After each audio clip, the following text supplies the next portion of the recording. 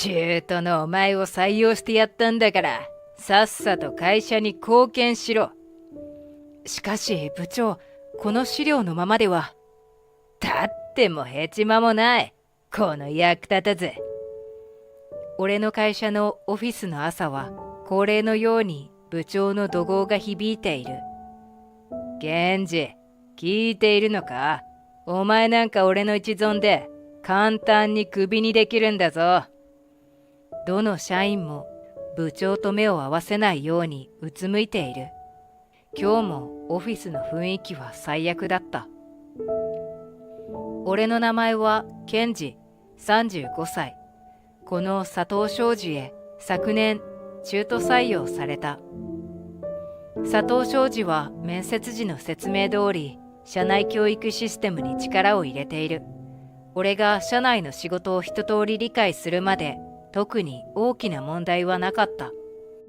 教育システムが良かったのはもちろんあるが、それよりも佐藤商事での俺の業務内容が前職とほとんど変わらなかったからだろう。俺はとにかく仕事で結果を残すことに集中することにした。中途採用枠での採用だ。即戦力が求められている。会社が俺に期待しているのは何よりも結果だと研修中に説明を受けている。社内外の人間関係もおろそかにするつもりはない。忙しい毎日を過ごすうちに気づけば半年が経過していた。さすが社長が見つけてきた人材だな。社長が異次元の中途採用なんて言うからただものじゃないとは思ってたけどさ。俺たちも負けないように頑張らないと。先輩たちのおかげですよ。いつも助けてもらってますから。今日はケンジさんのおごりで焼肉かな。焼肉？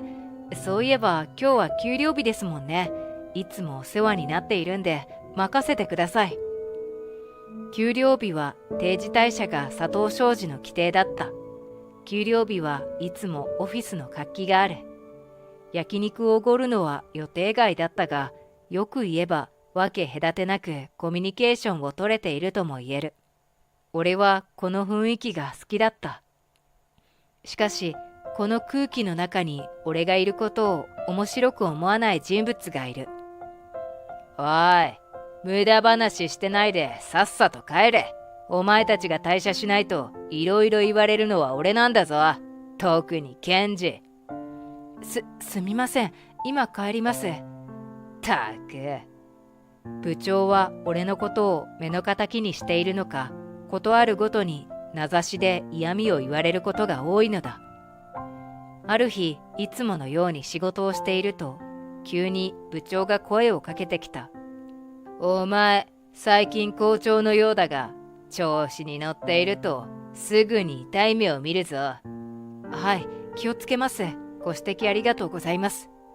俺はこの時、部長の言葉を純粋な注意喚起だと思った。忙しいあまりに仕事に見落としがあってはいけない。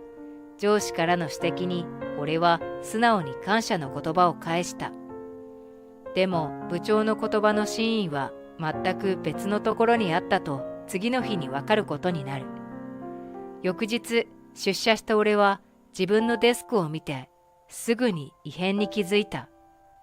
用意しておいた営業資料がすべてなくなっている。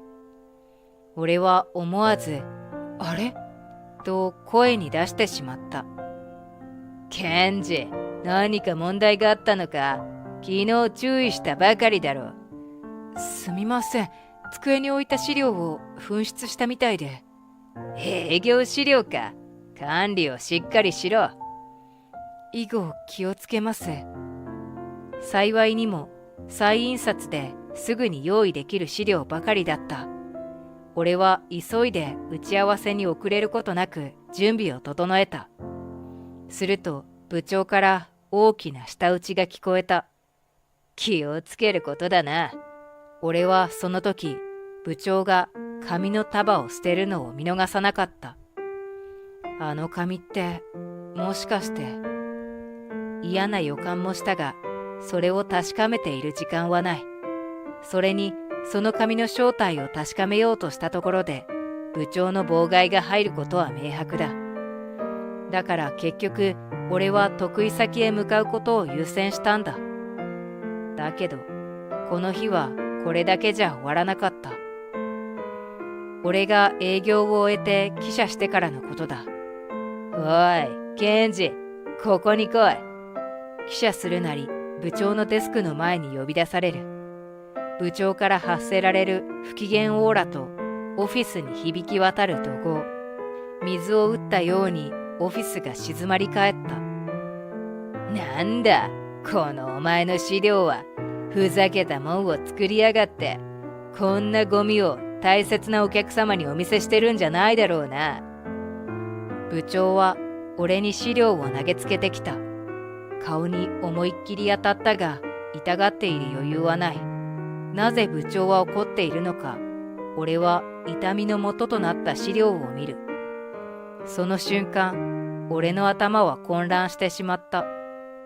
この資料は俺の作ったものではなかったからだ。それなのに、作成者の欄にはしっかりと俺の名前が記載されている。なぜこんな資料が存在するのかわからなかったが、俺は自分の意思を伝えることにした。部長、これは私の作った資料ではありません。嘘をつくな。お前の名前が書いてあるだろうが。確かに私の名前が記載されていますが、しかし。言い訳をするんじゃない。何を言っても言い訳だと一蹴されてしまう。せめて事実確認をしたかったが、弁明の余地はなかった。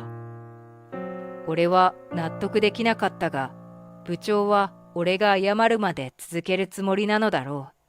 それを察した俺は結局折れるしかなかった。急ぎ修正いたします。俺が気づいたからまだ問題にもなってないんだ。感謝しろ。ようやく部長から解放された俺はデスクに戻ってパソコンに向かう。自分の営業資料のフォルダを開くと、確かにあの営業資料が存在した。なんなんだよこのデータ。データを調べると作成アカウントを見て愕然とした。表示されたアカウントは俺ではなく部長のものだったからだ。まさか部長は全員の前で俺を叱るためだけにこんな工作をしたのか。生産性もない。こんな手の込んだことをこれだけのために。無言で考え込んでいたら同僚が声をかけてきた。大丈夫か？部長に目をつけられているようだけど。問題ないよ。まだこの程度で済んでるんだ。俺が我慢すればいいだけの話だし。お前がそう言うならいいけどさ、とにかく無理はすんなよ。俺が相当疲れているように見えたのだろう。これ以上心配をかけないように気持ちを切り替えて、俺は自分の業務をこなすことにした。そしてあれから1週間、俺は部長から呼び出されることもなく仕事に没頭していた。平和な日々を送っていたのだが、この日はどうしても終わらせたい仕事があったため残業することにしたんだ。定時を過ぎしばらくするとオフィスには俺一人だけになっていた。キーボードを叩く音だけが響いている中、俺は画面だけに集中していた。今日中に会議用の資料を作り終えたい。今回の資料は俺が所属する部署のビッグプロジェクトの成果をまとめ上げる大事なものだ。普段残業申請すると部長は嫌な顔をされるのだが、さすがにこの日は理解を示してくれた。いつも俺をサポートしてくれているみんなのためにも頑張りたい。気がつくと時刻は午後9時を回っていた。あともう一踏ん張り。よし、気合い入れていくぞ。休憩がてらトイレに行った俺はオフィスに戻ってくる途中で気合を入れ直す。改めてパソコンに向き直ると、俺がトイレ休憩に入る前と画面が変わっていたような気がした。俺は幽霊とかは信じていない。けどオフィスには誰も残っていないはず。だから誰かがいじったなんてことはありえない。まあ気のせいか。違和感を感じたが、急いで終わらせることに集中する。それから10分ほどで作業が終了し、急いで帰路をたどったのだった。翌日、俺が出社するとすぐに部長に呼ばれた。ここ最近は平和だっただけに嫌な予感しかない。俺はため息を隠して部長のデスクの前に立った。ケンジ、いよいよお前も今日までだな。部長は気持ち悪いくらいに上機嫌で、今にも鼻歌を歌い出しそうな様子だ。一体今回はどんな言いがかりをしてくるのか。部長、本日は経営会議がありますよね。準備がありますので手短にお願いします。残念だが、お前は経営会議に出る必要はないぞ。部長はニヤニヤと笑みを浮かべながらこちらを見てくる。俺の表情がどうなるのか気になって仕方ないようだ。どういうことでしょうか。成果報告は業務命令だったはずですが。お前は本日限りでクビだ。そう言いながら部長は高らかに一枚の紙を掲げる。その手にあったのは解雇通告。俺の名前と社長の印鑑も押してある。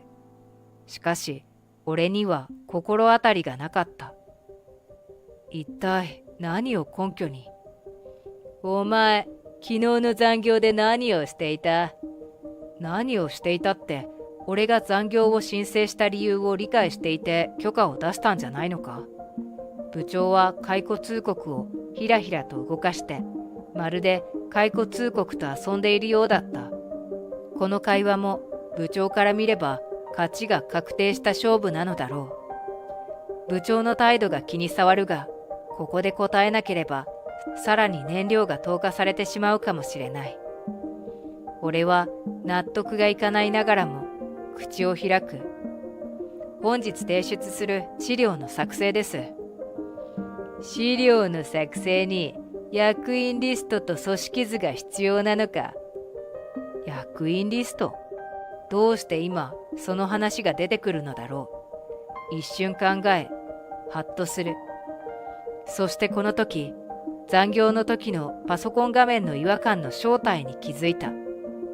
この資料を作成する際、出席する役員や役職者に合わせて報告書を作ろうとして、俺は役員リストを見ながら作業をしていた。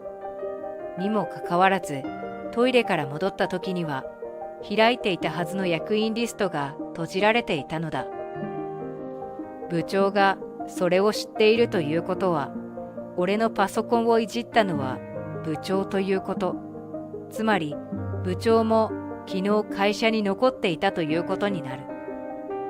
しかも、俺にバレないようにずっと息を潜めていたに違いない。はためには俺以外誰もいなかったのだから。そこまでして俺の弱みをつかみたかったということか。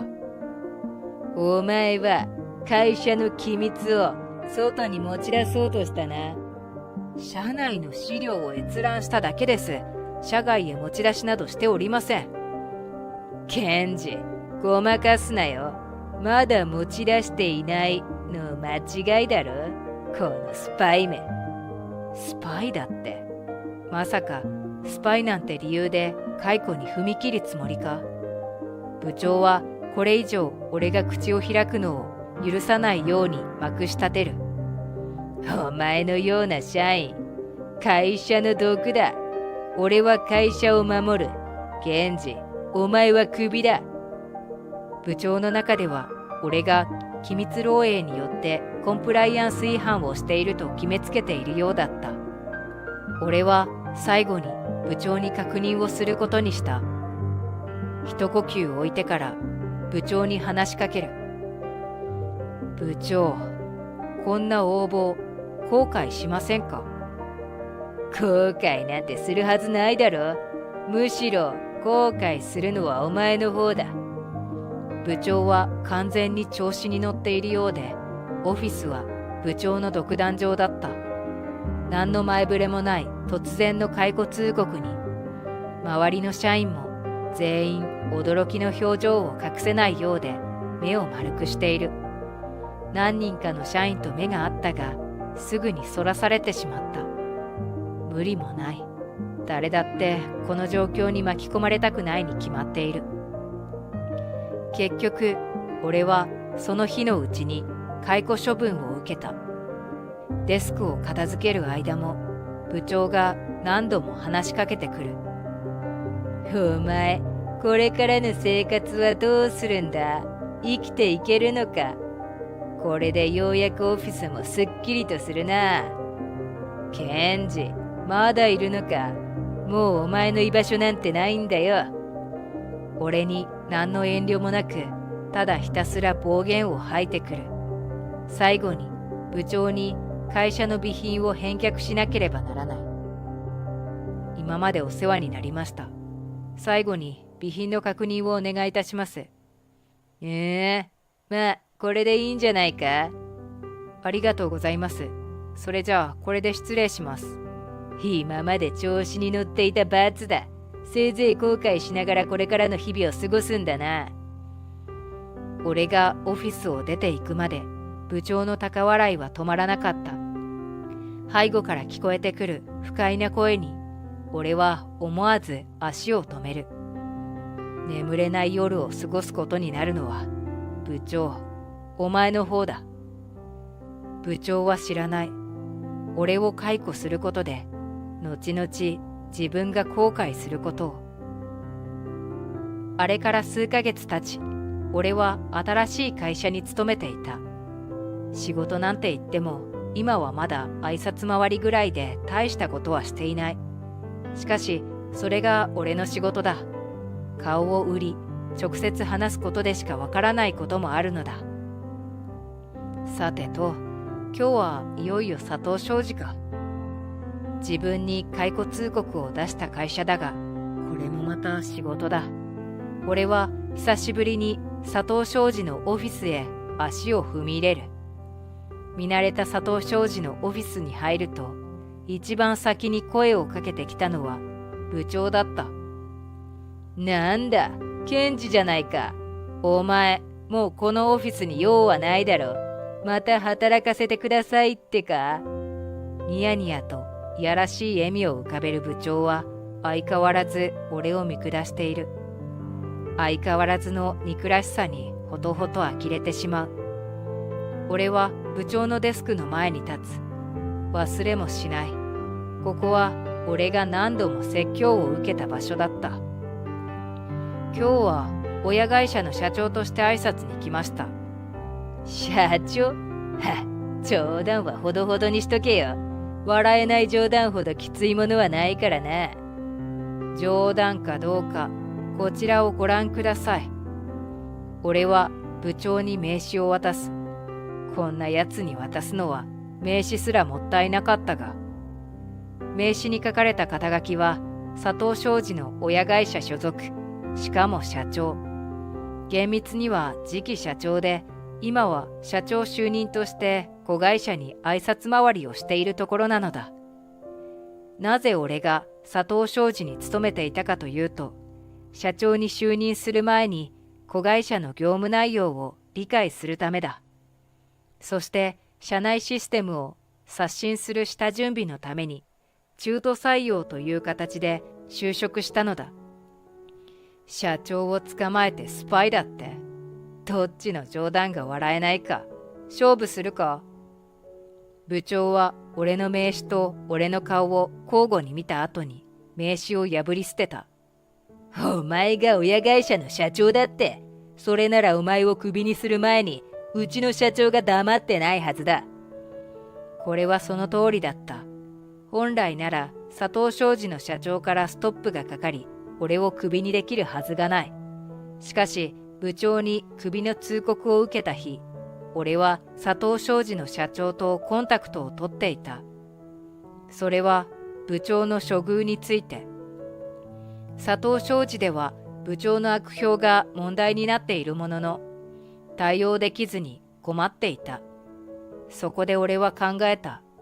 部長にお灸を据えるにはちょうどいい機会だろう。今回のことは私に任せてくれませんか？このまま部長の思惑通りに私をクビにしてください。いいんですか？ええ、佐藤商事で知りたいことはおおむね把握しましたから。俺を解雇したといい気分になっていたその裏で、俺と佐藤商事の社長との間でこんなやりとりがあったことを部長は知らない。部長のようなタイプは不意打ちで真実を告げないと信じないし、そもそも考えを改めるなんてありえない話だ。つまり今日という一日は俺がクビになった日からすでに決定していた運命の日だったんだ。そのことを部長に告げると、信じられないとばかりに目を大きく見開いた。そして今、俺の目の前で血相を変えてうろたえている。騙し討ちなんて卑怯だ。社長失格だろ。それが社長のすることか。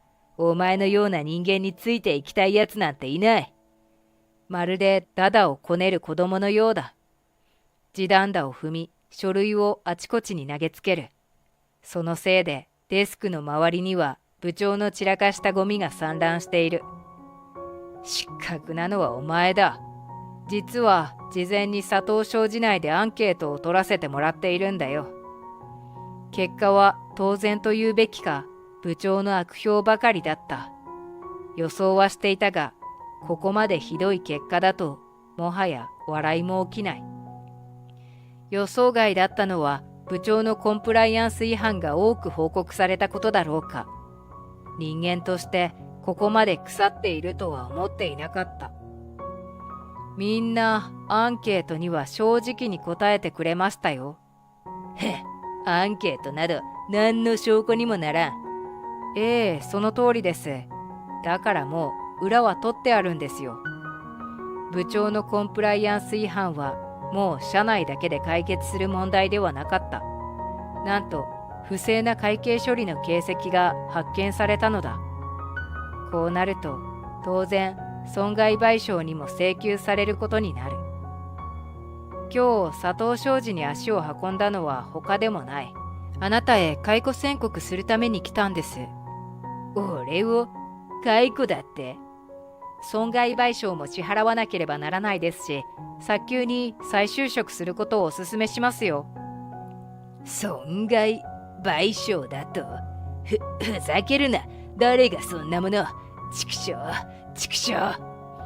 部長はしばらく叫び暴れていたが、いくらダダをこねても状況は変わらないと思ったのだろう。次第におとなしくなり、そそくさと荷物を片付け始めた。泣きながら片付け続ける部長を助けようとする社員は一人もいない。パワハラを繰り返してきた部長にふさわしい最後だろう。そして部長の名前はこの日社員名簿より除名されたのだった。その後部長は再就職がなかなか決まらないらしい。山より高いプライドが邪魔をして年下の社員の下につくのが我慢できないそうだ。聞いた話によると奥さんにも見放され、すっかり小汚いおじさんに落ちぶれているとか。もともとは仕事もできる人間だったろうに、落ちぶれるのはほんの一瞬だ。そして俺はこれを機に社内をよりクリーンにするため社内制度を一新した。それが功を奏したのか、業績は右肩上がりを記録している。俺の目標はさらに会社を良くしていくことだ。これからも会社のため仕事に打ち込んでいくよ。